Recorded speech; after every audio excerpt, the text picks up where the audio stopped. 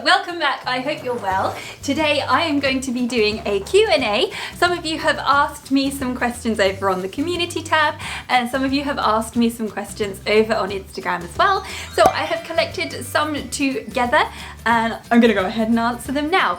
If I haven't answered them, it's probably because I have answered them before in previous Q&As. So go and check those videos out. And if you have any further questions, then please don't hesitate to drop them down below. So let's get on with this. So the first question that I have been asked is, have I noticed that toilets in the accessible bathrooms are higher than the ones in the non-accessible bathrooms? Well, yes. Yes, I have. And I shall explain to you why toilets in accessible bathrooms tend to be higher than the ones that aren't. And that is because wheelchairs are a lot higher than the toilets in the non-disabled bathrooms. And we need to have the toilet ideally at the same sort of level as our wheelchairs. This will then make transferring a lot easier across onto the toilet and back again. If you would like to see some transferring videos, then check out my transferring playlist where I show you how I transfer. Also, the flush for the disabled toilet needs to be away from the wall. So you might notice that, but there are a few slight differences in the accessible bathrooms that make our lives a little bit easier. So I hope that one has answered your question if you've ever been wondering. Next question. If someone asks why I'm in a wheelchair, what do I say? Well, this depends. Depends if you've annoyed me, depends if I'm annoyed, depends if I want to talk about it and I'm in a good mood, and it depends who it is, you know, like if it's someone who really needs to know for a medical reason, then I'll obviously give them the right answer. If it's just a nosy busybody on the side of the street or in the post office queue, then I might not be as nice. However, now that I do Wheels No Heels, I tend to tell the truth. And I don't give them the shark attack story. Quite often people need to be kind of educated, and this is kind of what I do. So I will tell them that, oh, I had a spinal cord injury when I was 9, and that tends to kill the conversation if it's just someone who is just asking for the sake of asking. Do you know what I mean? There are some people who just seem to ask because they feel like they need to ask. When I was like 17, 18 and even younger than that, like it would be, oh, you know, I had a skiing accident or the shark attack, or sometimes if I was having a really bad day when I was younger, I would say I don't want to talk about it, and then they'd kind of get upset with me. It's like, well, it's none of your business. And they're like, oh, I'm only asking. It's like, well, I don't want to talk about it. Or another sort of a polite-ish kind of way, if I didn't want to talk about it, is I would say, oh, it's a long story, and then sort of quickly like, meep, meep, meep, meep. You know, if you are struggling with questions, it's a long story, or I don't want to talk about it works quite well. What's the other one? Oh, the other one is like if I'm just trying to get away quickly, I would say, oh, I was born with it. What's the friendliest amusement park? Well, obviously Disney is the most fantastic place for people with disabilities. You can go there, as I've said before, and you don't even feel like you have a disability because you are so welcomed. You are included in everything, and you can just enjoy the magic and the fun of Disney. The worst amusement park is Chessington. If you want to go and check that video out, you can hear about my experience there. I don't think much has changed with Chessington, and quite a lot of the amusement parks here and previously when I've been to the ones in Australia as well, absolutely terrible, can't get on anything. Funnily enough, Polton's Park is absolutely fantastic for people with disabilities. I went with Daisy when she was a little one. We went to Peppa Pig World and they were absolutely fantastic, and I could pretty much get on everything from memory. It was a while ago, but that's a fantastic one if you've got little ones. And I have to say, the UK is doing a lot better than it used to. Another really great place that we went to where I feel like I get treated like royalty, which is how I like to be treated, is Madame Tussauds in London. That's really good as well. So things are definitely changing. Let me know, apart from Disney, because obviously we know that they're really good, where in your country is really, really good, and possibly where one needs a little more improvement. Do I feel different in a wheelchair? And yes, I feel completely different to when I am in my wheelchair. If I'm sat on a chair and my wheelchair has been taken away for whatever reason, or I'm driving in my car or something like that, I feel very naked, if that makes any sense. And I feel that I am treated differently when I'm in my wheelchair and when I'm not in my wheelchair. And I almost feel like there's a part of me missing if I'm not in my wheelchair, and I feel very sort of low in confidence, which is kind of might sound a bit strange to some people, because I know that once, you know, if you are new to a wheelchair or you're just, you know, adapting and adjusting to it, you can actually feel like your confidence has been shattered. Is there anything that I want to do that I can't do because of my wheelchair? And this person is talking about the everyday stuff rather than like big things like hiking up Snowdonia or something. But it is the little things that you can struggle with, just like those dropping those errands off or quickly running out to do something. That turns into a huge task when you're a wheelchair user. So I was disabled at the age of 10, so I don't know what it's like to be an adult as non-disabled, but something that I really wished that I could do, and this might sound really, really shallow, is one, wear high heels. I can't wear high heels because of the way my feet are. They don't bend in that correct way.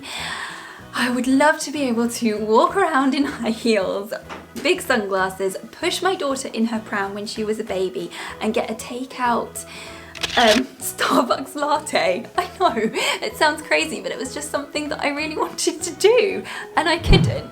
Has being in a wheelchair crushed any of your dreams? The only thing that I can think of was before I suffered my injury, I was a really gifted skier, and I feel like I can say that because no one's gonna try and prove me wrong.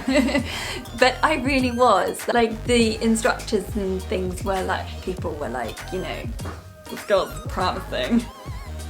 And I just took to it so naturally, and I came first. I won a medal. I won gold in a little competition that we did, and I feel that if I hadn't suffered my spinal cord injury, I would be a champion skier. Yeah, I'd be an Olympic skier. I'd be a gold medalist Olympic skier, but I'm not. I didn't try a sit ski until my 30th birthday, which was an amazing experience, and it's really hard, because I mean, if I shut my eyes, I can ski. And like, I reckon, you know, if things were to change, I'd be able to get on the slopes and just be awesome. It really frustrated me getting into the mono ski and not being able to do it, because I felt like, oh, I'll just get into it and I would just, you know, tear it up, as it were.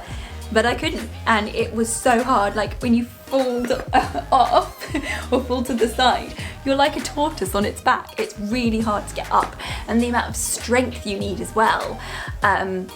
Core stability, enough body strength, which I don't have really. Don't think that anything has held me back being in a wheelchair.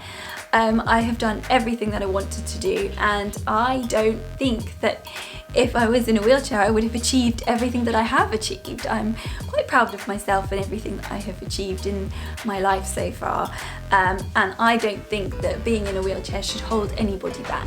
This is a question I get asked quite a lot, so I thought I would address it in this video, and that is, do I cath or have any bowel problems? And no, I don't use a catheter, and I don't do any bowel programs.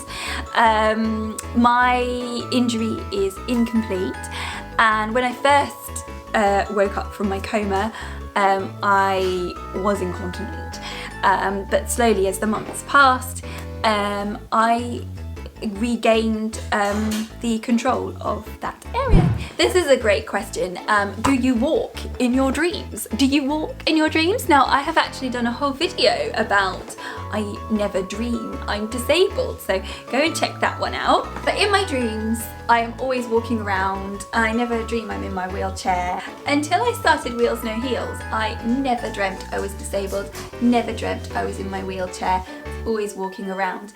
And then a couple of years ago, I did have the odd dream, only the odd occasional dream where I was in my wheelchair. Do I change my position at night? Cheeky.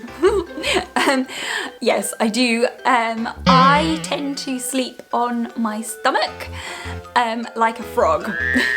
I'm going to insert my favourite sleep positions. So I have a lot of pain in my lower back at night, and I feel like there are these certain positions that feel really nice and stretch all those bits out. So I lay like a frog with my legs up one side, and then I turn to the other side, and I'm hypermobile, so I sleep in really strange positions with my arms. And I like to lay on my side in the, I was going to say fecal position. That's not right, is it? The fetal position? Like a baby. Yeah, I lay on my side. But I can never lay with my legs straight out. They always have to be bent up because I find that takes the pressure off my back. This question came up quite a lot, asking would I ever consider having an assistance dog? And at first, and in some other videos when I've addressed it, I've said no, because I feel like there are people out there who probably need an assistance dog more than I do, and I would hate to take an assistance dog away from someone who needs it more. However, as time has passed, I have thought it would actually be very, very helpful, especially going out on my own.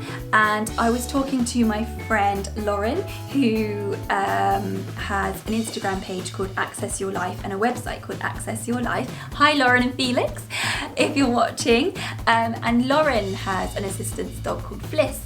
And I was talking to her out in LA where I met her at the Rolex, and she was kind of telling me how much she helps and what a great help she is to her. And I thought actually maybe it would, you know, be a good thing.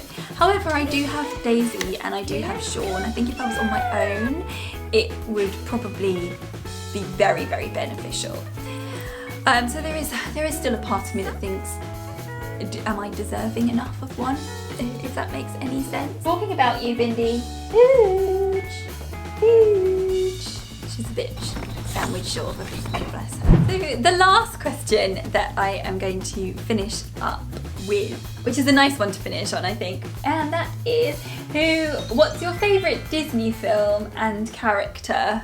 How do I answer this question? I should have thought about this before I filmed. It's really weird because I was randomly, I don't know why, but my sister and I, maybe it was because we had this only one on VHS for a long, long time, but we used to watch Robin Hood, the Disney version of Robin Hood on VHS. Quite a lot, it seems like. And I really wanted to watch it again with Daisy, and just like, oh my god, it's like the worst one, but I really like it. But I think it's because of nostalgic reasons, because I remember watching it as a kid in my parents' old house. But there are so many great movies. I love the Toy Story movies. Oh, how can you choose a character? The genie is amazing. How much do we love the genie from the original Aladdin? He's amazing. They're all so good, and they bring such a smile and so much joy to me. The one I didn't like though was Mary Poppins Returns. And I know, controversial speaking out, but it was too much. It was too much for me to bear. Anyway, I hope you enjoyed this little video. If you have any other questions that you want to ask me, feel free to ask them down below. And I will leave a link to some videos that I mentioned down below. Thank you so much for all your support. I hope you're all doing really well, and I look forward to seeing you in my next video. Bye! I'm on the highway to hell. Like one of those guys that comes back in, you know, behind the news reporter. Yeah.